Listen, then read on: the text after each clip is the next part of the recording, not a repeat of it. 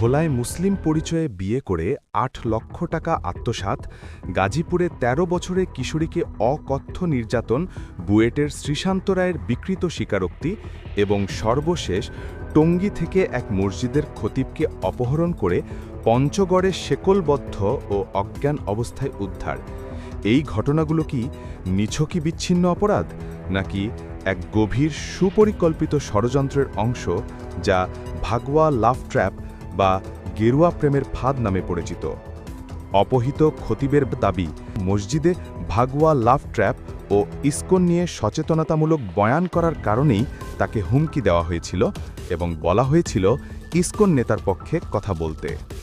পর্যবেক্ষকরা অভিযোগ করছেন, যখন অভিযুক্ত কোনো হুজুর হন, তখন গণমাধ্যম ও সামাজিক যোগাযোগ মাধ্যমে যে ধরনের প্রতিক্রিয়া দেখা যায়, তার উল্টো চিত্র দেখা যায় যখন অভিযুক্ত